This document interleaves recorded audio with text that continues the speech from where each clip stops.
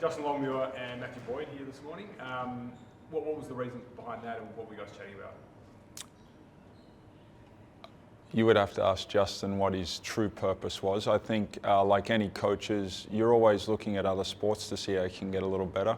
Obviously, some of the concepts and way of attacking things in basketball and AFL is becoming common. So the questions to me afterwards was just kind of some of the purpose of our drills and the coverages and stuff like that. So Justin's someone that I've just got to know in my time here in Perth. We're trying to pick each other's brains a little bit. Do you get down to their training and do the same thing?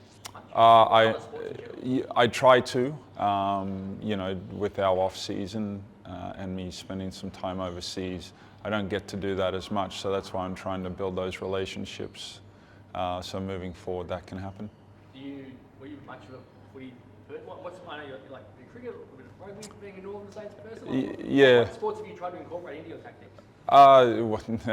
None really. As far as, like really honing in, that's where some of my development as a coach has to get better, as far as like utilizing other sports and how they handle situations on the court, off the court. So now the next step is being able to feel comfortable so people you're around want to share their secrets so you can grow from that. It has always felt like there's been a real good bond between all the WA sporting coaches. Have you found that since you came here, that everyone reaches out to each other? Yes, and that's something, I guess maybe a little flippantly, we've tried to say like we need to do something more regular to do that. And sometimes it's more in a supporting role as well. Christian Doolittle didn't look too flash out there. Did you safely rule him out? He was out there performing, scoring buckets, playing defense. I'll rule him in, but I'm not the medical expert. We weren't allowed to see that. We just saw the ice on the knee. Oh, God, yeah, like he was, yeah. Doolittle's going to be travelling to Adelaide and playing. Derek Rucker said this is a must-win game for you guys. How do you see it? We've had 5 games that I've approached as a must-win game. Just on Christian, what were your thoughts when he first went down, and is it a relief that it isn't a serious injury? Because on video it looked like it could have been really, really bad. Like relief, selfishly for the Perth Wildcats, yes, but any player that goes down the way, any sportsman that goes down like that, you do hold your breath hoping that it doesn't impact their career for any type of length. So it's great to have him back out in practice this week and him rejoining our team. Did you feel you missed him significantly in that game on Sunday, especially from a rebounding perspective? Like rebounding, he influences the game in ways statistically that don't show up. So having that, and like you saw Jesse's impact the other day when he played. Like Christian and Jesse bring a similar type of impact to the game for our group. What do you focus on from a rebounding perspective this week after something like that? Is it a positioning thing you're talking about? Intent thing? How do you message towards them? Yeah, like I would say it's more intent, because we saw on Friday night against Melbourne when they had great intent to rebound, we won that rebounding count, and they're one of the best in the league at that. So it's just the continued intent and effort to get that done. Did that shock you, what happened on the weekend from a rebounding perspective? Each game is its own game. Now, did we tell on ourselves on how we can rebound against Melbourne? That should become the measuring stick, absolutely. But it has to be a daily habit until it becomes a habit in every game. How do you iron out those sort of, even out the performances, I guess? Because like you said, yeah, you play well against Melbourne, disappointing against Sydney, so how do you even that out? Yeah. I don't look at these games through the lens that you guys look through it. There are things that disappoint me with just the consistency that we perform with that at the moment. Rebounding is an easy one to bring up because we use Melbourne as an example. So I can't just keep doing the same thing. So we do more drills around rebounding, talk about physical toughness.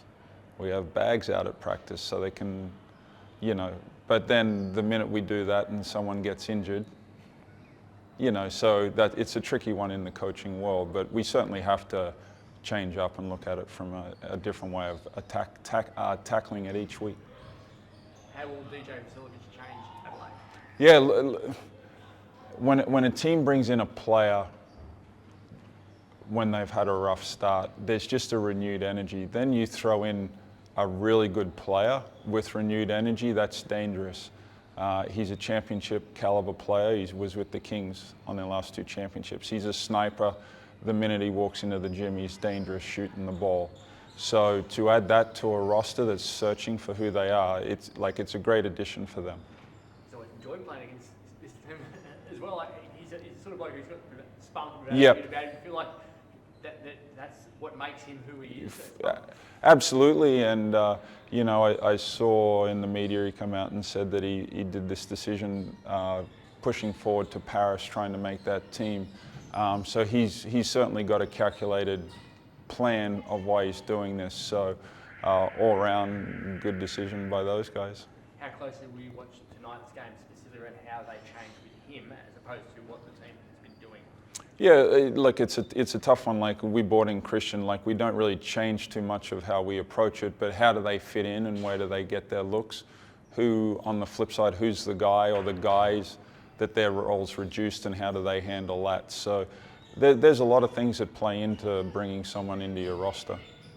Does Kyle travel this week? You look like Yeah. he's pretty well. Yeah. Zunic's back in. He's been with us all this week through full practice. So what's this, our first time that we've had everyone fully healthy to take on the road with us? Yeah. Will he be on limited minutes? Oh man, that's a tough question. I got 27 players for 40 minutes, so they all want to play 40. Is that difficult now with the number of blokes you've got who expect to be on court now that you've got them all available? No, look, it's a great thing. Like, I can say it's a great thing because as we're trying to search and find ourselves, having everyone available is great to have in that situation. Have you had to speak to them all and say there will be times when you're just not going to get out there? Or do they? Of course, like you have to have those conversations with guys so they understand where they fit and when their opportunity comes along. Like David Quera plays against Sydney and hadn't played in the last couple games, and he did a great job coming in. So, the old coaching cliche, you better just be ready for your opportunity because your opportunity will come at some stage. You had such a tight rotation in the second half of last year. What's your preference? To go with a small number as long as possible, or do you want to spread it out a bit and get a good look at everyone at this point of the season? Well, look, we have to win games, so I've got to find the rotation that works to help us score more points than the other team. But you want to be able to go into the back end of the season fresh. So at the start, you would like to play as many guys as possible, but you have to allow players to find their rhythm in it all as well. Jesse's 450th this weekend. Yeah. I mean, as a former player yourself, how do you reflect on that milestone? Yeah, look, we broke bread a little bit yesterday about that, and 450 itself is a great milestone, but then to do it for one club, like that's the thing that people probably don't give the credit to. He's been here through ownership change, coaching change, teammate change, and he survived, so he's doing something right. So that's a compliment to him and his family, and look, good luck to him with it all because he deserves whatever he gets from this, and unbelievable achievement for him. I know that you like to think that your players perform as professionals every week, but do you use Wagstaff's 450th as extra motivation? No. It's a great moment, and everyone understands that. I think we have a team that want to perform for Jesse Wagstaff on his 450th, so everyone is well aware of it, and they've had a lot of great players through this organisation, but as far as just a well-rounded, respected guy, he'd be at the top of the list, I think. Obviously, when you played Adelaide a few weeks ago at home, it's a pretty dominant game. You led at every break. How important is it for the players to, reset now? That's a completely different game. Well, we're in a different situation ourselves as a team to when we were there. They changed the roster, so it's pretty easy for us to sell that narrative to them. And are there still takeaways from that game, though? I guess about their game style, you mentioned though that they do have a different team. Can you still take some things out of that and I guess bring it forward into this weekend? Oh, absolutely. Like we were up 13 at halftime. We had a chance to bust the game open in the second quarter. We didn't capitalise on that, and then they made it interesting down the stretch. So there was a lot to take away from that game when you don't just get caught up in the winning and losing in the final score. Thanks, Gerard. Yeah, no worries. Right.